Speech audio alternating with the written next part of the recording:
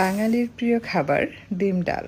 যখন খুব বেশি ব্যস্ত থাকি, হাতে একেবারেই সময় থাকে না, তখন আমি এই রেসিপিটা বেছে নেই। ডিম ডাল, পেঁপে, আলু সব একসাথে রান্না করলে সব টাইমে রান্নাও করা যায়, আবার খেতেও মজা লাগে। সবাই পছন্দ করে, তাই এটা আমার জন্য সহজ একটি রেসিপি। ডিম ডাল রান্নার জন্য আমি এখানে নিয়েছি আলু, পেঁপে আর একটি গাজর। গাজর না দিলেও চলে। টুকরা টুকরা করে কেটে নেবেন। আর সেই সাথে লাগবে মসুরের ডাল, পেঁয়াজ কুচি আর কাঁচামরিচ ফালি করে কাটা।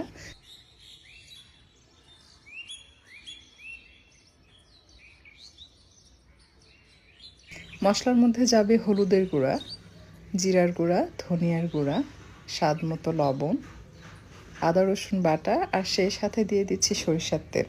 সব কিছু একসাথে মাখিয়ে যখন এটা বসাবেন আর যখন আপনার সিটি বাজবে, এই সরিষার তেল দিয়ে রান্নার জন্য এত সুন্দর ঘ্রাণ পাওয়া যায়।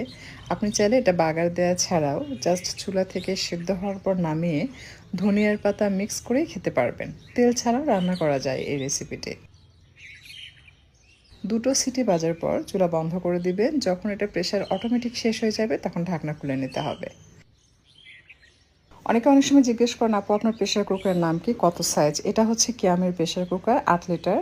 বাট সত্যি কথা বলতে কি, এটাতে ভাত রান্না করলে পুড়ে যায়, শুধু সেদ্ধ করার কাজ করা যায়। আবার ঢাকনার 4 সাইড দিয়ে কিন্তু পানি পড়ে চুলাও মেখে যায়। বাগার দেওয়ার জন্য প্যানে তেল নিয়ে নিলাম আর তাতে দিয়ে দিচ্ছি ডিম। ডিম আমি সামান্য মরিচের গুঁড়া আর লবণ দিয়ে মিক্স করে ভেজে নিচ্ছে।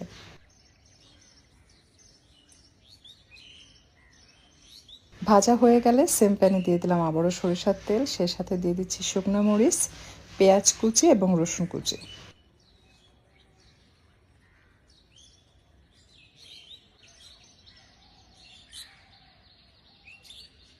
এই পর্যায়ে পাঁচফোড়ন দিয়ে দিচ্ছি। এই রেসিপির জান এটা।